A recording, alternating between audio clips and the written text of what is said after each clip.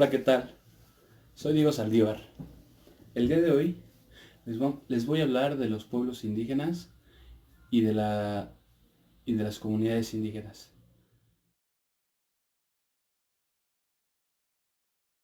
Vemos que estos pueblos y comunidades indígenas son culturalmente diferentes a nosotros.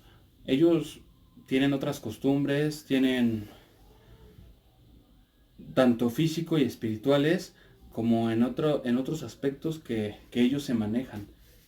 Digo, no es como que yo sepa muchísimo de estos pueblos indígenas, pero sí sé de qué manera se pueden defender sus derechos. En México tenemos una riqueza de estas culturas y etnias que, bueno, culturalmente, repitiendo esta palabra, nos hacen pues un país muy rico. Digo, no, ellos están acostumbrados a otras cosas, nosotros, pero eso habla bien de nuestro país, ¿no? Como que hay personas como ellos que han, pues que cuidan esta parte de nuestro México que para que no mueran estas costumbres que vienen de años atrás, porque no es que el día de ayer hayan creado alguna cultura, una etnia, o sea, son de años y años que vienen desde los ancestros, o sea, no es algo que haya pasado, que se me ocurrió hoy crear una cultura nueva, una etnia, un dios en el que vamos a creer y con eso nos quedamos, no, es de, todo lleva un proceso. Ahora, como yo les comentaba, o sea, no sé mucho de estas culturas, pero lo que sí sé es que de la manera en que se pueden proteger sus derechos y en dónde está estipulado los derechos que les corresponden y cómo se tienen que respetar. Digo, en el artículo 2 de la Constitución señala que la manera en que los derechos humanos de estas personas, porque son personas, no son nada diferentes a nosotros en cuestión, pues no sé, física, somos iguales, nacemos con los mismos derechos, pero a ellos les corresponde también un apoyo de la federación, del Estado para, para proteger estos derechos y de que no se les violen, y en caso de que se les violen, enmendar el error que el Estado o alguna institución pueda cometer en contra de ellos. Ajá, como ya se sabe, la violación de los derechos humanos es una violación del Estado al pueblo, a nosotros como personas, como ustedes. Ajá, no es algo diferente. Estas personas tienen derechos de tener su organización social, de, de muchísimas cosas que ellos pueden, pues no sé, tienen, incluso tienen derecho a un intérprete, en, ya sea, ya sea que en algún juicio en donde ellos estén protegiendo sus derechos, ellos tienen derecho a que un intérprete vaya a, a poder traducir, a interpretar lo que ellos hablan, porque no, también tienen su lengua, tienen diferentes maneras de comunicarse entre ellos y que en la pues en la ciudad o con personas que no hablan de eso y que es lo habitual, pues no se entiende y ellos tienen derecho a ese intérprete para que se les pueda entender y comprender y ellos hagan valer sus derechos por medio de este intérprete o, o ya sea de manera escrita. Un punto que también es demasiado importante es que ellos tienen derecho a una consulta indígena. Porque en algunos momentos, para poder hacer algún cambio, una construcción, algo que pueda dañar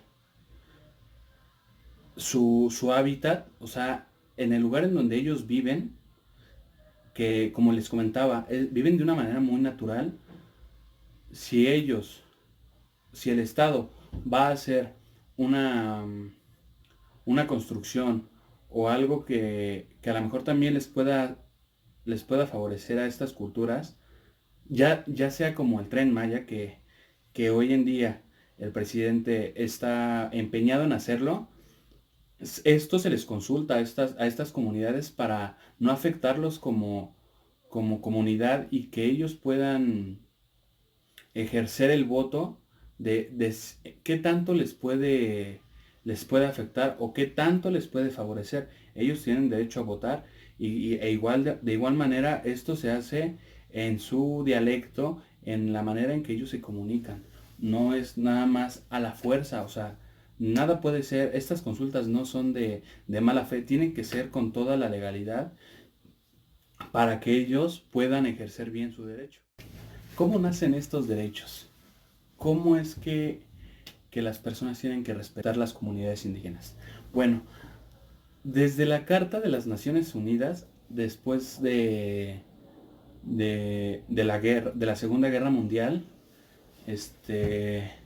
por allá de 1949, en donde se estipula que se tienen que respetar los derechos humanos y que sin ninguna distinción de raza, o sea, yo tengo los mismos derechos que tú, que cualquier persona, este, sin necesidad de tener que hacer distinciones entre sexo, raza, como ya lo comenté, todos somos iguales ante la ley y nacemos con dignidad.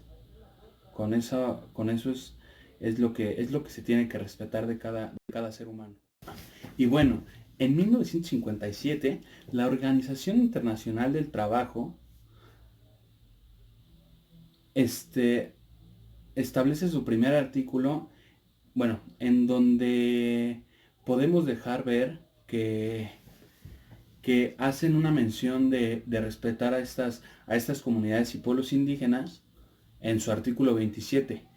Bueno, a raíz de esto se empezó a incrementar y muchos tratados empezaron a tomar en cuenta a estos pueblos indígenas. Después de esto se empezaron a resultar y a tomar en cuenta estos en varios tratados, como le fue en el Pacto Internacional de los Derechos Civiles y Políticos en 1966,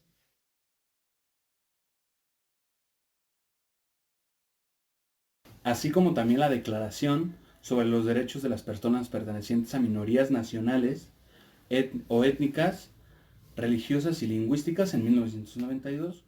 Por otro lado, también surge la Declaración Americana sobre los Derechos de los Pueblos Indígenas, el cual fue el primer instrumento en proteger los derechos de los pueblos indígenas en América.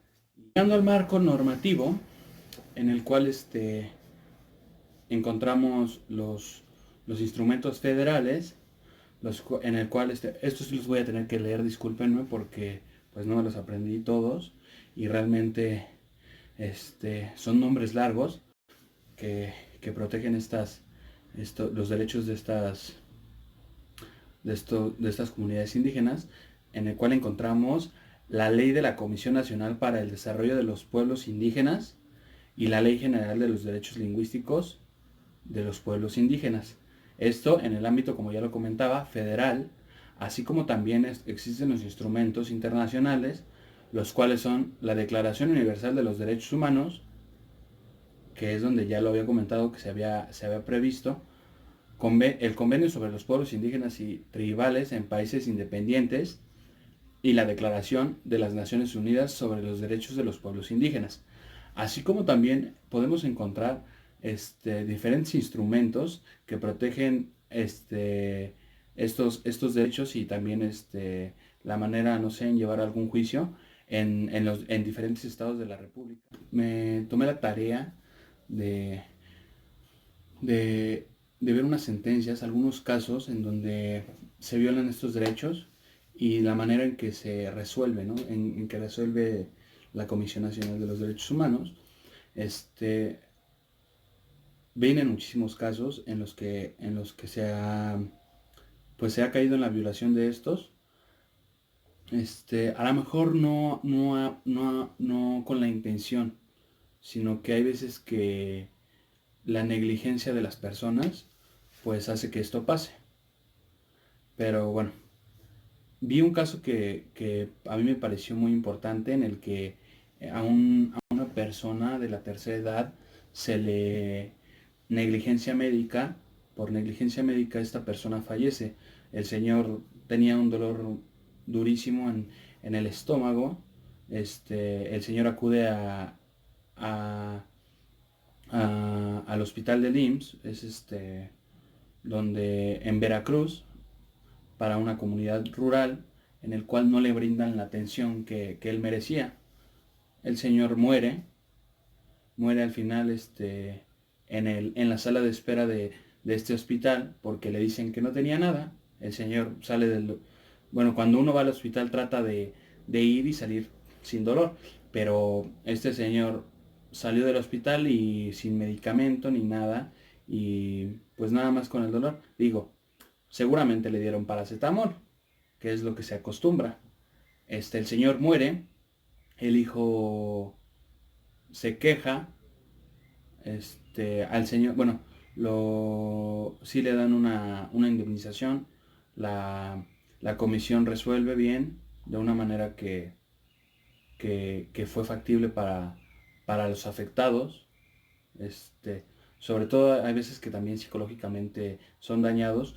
Le dieron una, pues una buena indemnización. Digo, el dinero nunca te va a regresar a la persona a la que, pues, que falleció, pero pues puede, no sé, digo, es algo muy complicado de explicar, pero nunca va a ser algo que te va a, pues, a quitar ese dolor.